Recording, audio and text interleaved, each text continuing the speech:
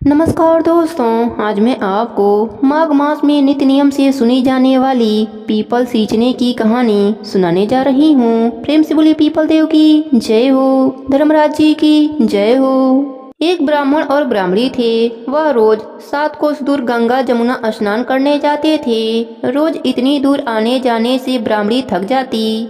एक दिन ब्राह्मणी कहती है कि कोई बेटा होता तो बहू आ जाती। घर वापस आने पर खाना बना हुआ मिलता, कपड़े धुले हुए मिलते। ब्राह्मण कहता है कि तूने बहुत बढ़िया बात कही है, चल मैं तेरे लिए बहू ला देता हूँ। ब्राह्मण फिर बोला कि एक पोटली में थोड़ा सा आटा बांध दे, उनमें थोड़ी मोहर अशर्फी डाल दे। उसने पोटली बांध दी और ब्राह्मण पोटली लेकर चल दिया। चलते चलते कुछ दूर एक गांव में जमुना जी के किनारे बहुत सी सुंदर लड़कियां मिट्टी का घर बनाकर खेल रही थीं। जब शाम हुआ तो सब घर जाने लगे। सबने अपना बनाया हुआ घर बिगाड़ दिया, परंतु एक लड़की बोलती है कि मैं तो अपना घर नहीं बिगाड़ूंगी, मुझे तो रहने के लिए यह घर चाहिए। उसकी बात सुनकर ब्राह्मण के मन पर वह लड़की छा गई और मन ही मन सोचने लगा कि बहू बनाने के लिए यही लड़की ठीक रहेगी। जब वह लड़की जाने लगी तो ब्राह्मण भी उसके पीछे पीछे गया। जब वह लड़की अपने घर पहुंचती है तब बूढ़ा ब्राह्मण बोला, बेटी, माघ का महीना चल रहा है, मैं किसी के यहाँ खाना नहीं खाता। तुम अपनी माँ से पूछो कि मेरा आटा छान कर 4 रोटी बना देंगी क्या? यदि वह मेरा आटा छान कर रोटी बनाएंगी तभी मैं खाऊंगा। लड़की अपने माँ को सारी बात बताती है। माँ कहती है कि बेटी, बाबा से कह दे कि रोटी में 4 रोटी वह भी खा लेंगे। लेकिन लड़की कहती है कि नहीं माँ, बाबा ने कहा है कि मेरा आटा छानकर बनाओगी तभी वह खाएंगे। तब उसकी माँ कहती है, ठीक है, जा बाबा से कह दे अपना आटा दे दें। उसने आटा छाना तो उनमें से मोहर अशर्फी निकलती है। वह सोचती है कि जिसके आटे में इतनी मोहर और अशर्फियाँ हैं उसके घर न जाने कितनी होंगी। जब ब्राह्मण रोटी खाने बैठा तो लड़की की माँ बोली, बाबा, तुम लड़के की सगाई करने जा रहे हो? बाबा बोला कि मेरा लड़का तो काशी पढ़ने गया हुआ है, लेकिन अगर तुम कहो तो मैं खड़ कटोरे से तेरी बेटी को ब्याह कर साथ ले जाऊं। लड़की की माँ बहुत खुश हुई और उसने अपने लड़की की ब्याह कटोरे से कराकर विदा कर दिया। बूढ़ा ब्राह्मण अपने साथ घर बहू को लाया। उसने दरवाजा खटखटाया और कहा, दरवाजा खोल, मैं तेरे लिए बहू लाया हूँ, आकर बहू का स्वागत सत्कार कर। ब्राह्मणी बोली, दुनिया ताने मारती है, अब तुम भी ताने मार लो। हमारे तो 7 जन्म तक कोई बेटा बेटी नहीं होंगे तो बहू कहाँ से आएगी? ब्राह्मण बोला, अरे तू दरवाजा तो खोल। ब्राह्मणी ने दरवाजा खोला तो सामने बहू खड़ी देखी। तब वह आदर सत्कार से बहू को अंदर ले गई। अब जब ब्राह्मण और ब्राह्मणी नहाने जाते तो बहू घर का सारा काम करके रखती, खाना बनाती और सास ससुर के कपड़े धोती और रात में उनके पैर दबाती। इस तरह से काफी समय बीत जाता है। सास बहू को सीख देती है कि बहू, चूल्हे की आग बुझने मत देना और मटके का पानी भी खत्म मत होने देना। एक दिन चूल्हे की आग बुझ गई। बहू भागी भागी पड़ोसन के घर गई और बोली, मुझे थोड़ी सी आंच दे दो, मेरे चूल्हे की आंच बुझ गई है। मेरे सास ससुर सुबह 4 बजे से बाहर गए हुए हैं और वे थके हारे वापस आएंगे, मुझे उनके लिए खाना बनाना है। पड़ोसन कहती है, अरे तू तो बावली है, तुझे तो यह दोनों मिलकर पागल बना रहे हैं। इनका ना कोई बेटा है ना कोई बेटी है। बहू बोली, नाना आप ऐसा मत बोलो, क्योंकि इनका बेटा काशी में पढ़ने गया है। पड़ोसन फिर बोली, अरे तुझे यह झूठ बोलकर लाए हैं, इनका कोई भी बेटा नहीं है। बहू पड़ोसन की बातों में आ गई और कहने लगी कि अब आप ही बताओ मैं क्या करूं। पड़ोसन कहने लगी, करना क्या है? जब सास ससुर आए तब जली रोटी बना देना, अलुनी पलुनी दाल बना देना, खीर की कलछी दाल में और दाल की कलछी खीर में डाल देना।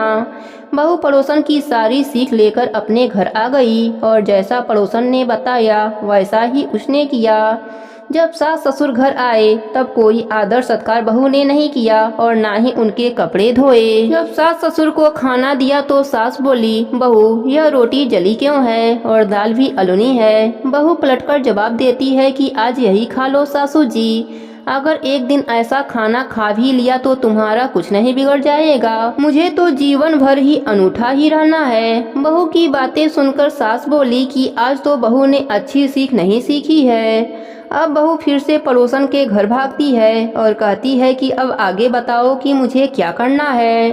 पड़ोसन बोली कि अब तुम सातों कोठों की चाबी मांग लेना। अगले दिन जब सास जाने लगी तो बहू अड़ गई कि मुझे तो सातों कोठों की चाबी चाहिए। तो ससुर जी कहने लगे कि दे दो इसे चाबी, आज नहीं तो कल चाबी इसे ही देनी है। हम आज हैं कल नहीं, इसलिए चाबी इसे दे दो।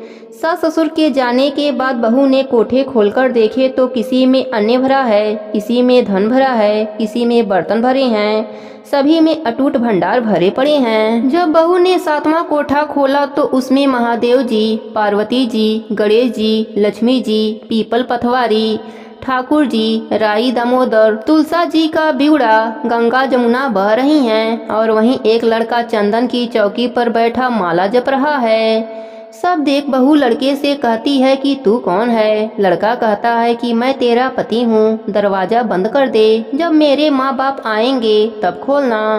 सारा नजारा देखकर बहू बहुत खुश हुई और नाचती फिरने लगी। 16 श्रृंगार कर सुंदर वस्त्र पहन सास ससुर का इंतजार करने लगी। उनके लिए 36 प्रकार के पकवान बनाकर रखे। सास ससुर जब वापस आए तब उसने उनका बहुत आदर सत्कार किया, उनके कपड़े धोए, उनके पैर दबाए। बहू सास के पैर दबाते हुए कहने लगे कि माँ जी, आप इतनी दूर 12 कोस यात्रा करके गंगा जमुना स्नान करने जाती हो, थक जाती हो, तो तुम घर में स्नान क्यों नहीं कर लेती हो। बहू की बात सुन सास कहने लगी कि भला गंगा जमुना भी घर में बहा करती हैं क्या। बहू बोली, हाँ माँ जी, बहती हैं, चलो मैं आपको दिखाती हूँ। उसने सातवां कोठा खोलकर दिखाया तो उसमें गंगा जमुना बह रही हैं। 36 करोड़ देवी देवता विराजमान हैं और वहीं तिलक लगाकर चंदन की चौकी पर एक लड़का माला जप रहा है। ब्राह्मणी ने कहा कि तू कौन है। लड़का बोला, माँ मैं तेरा बेटा हूँ। बुढ़िया फिर बोली, तू कहाँ से आया है। लड़के ने कहा कि मुझे माँ के देवता ने भेजा है। बुढ़िया कहती है कि बेटा यह दुनिया कैसे जानेगी, कैसे जानेगा मेरा देवर देवरानी जेठ जेठानी अगल बगल पड़ोसी कि तू मेरा ही बेटा है। बुढ़िया ने विद्वान पंडितों से सलाह ली तो वह बोले, इस पर बहू बेटा साथ खड़े हो जाएं और उस पर बुढ़िया खड़ी हो जाए। बुढ़िया चमड़ा का ब्लाउज पहनी हो, छाती में से दूध की धार निकले, बेटे की दाढ़ी मूछ भिगे, पवन पानी से गठजोड़ बंधे, तब जाने कि यह बुढ़िया का ही बेटा है। उसने ऐसा ही किया। चाम की अंगियां फट गई, छाती में से दूध की धार निकली, बेटे की दाढ़ी मुछ भीग गई, पवन पानी से बहू बेटे का गठजोड़ बन गया। ब्राह्मण ब्राह्मणी की खुशी का पार न रहा। वे बहुत खुश हुए, अपने बहू बेटे के साथ रहने लगे, साथ ही धर्मराज जी का नित्य नियम भी निभाने लगे, जिसके पुण्य से उनको इहलोक में सुखों की प्राप्ति हुई और मरने के बाद स्वर्गलोक का सुख मिला। प्रेम से बोली धर्मराज जी की जय हो, माघ मास की जय हो।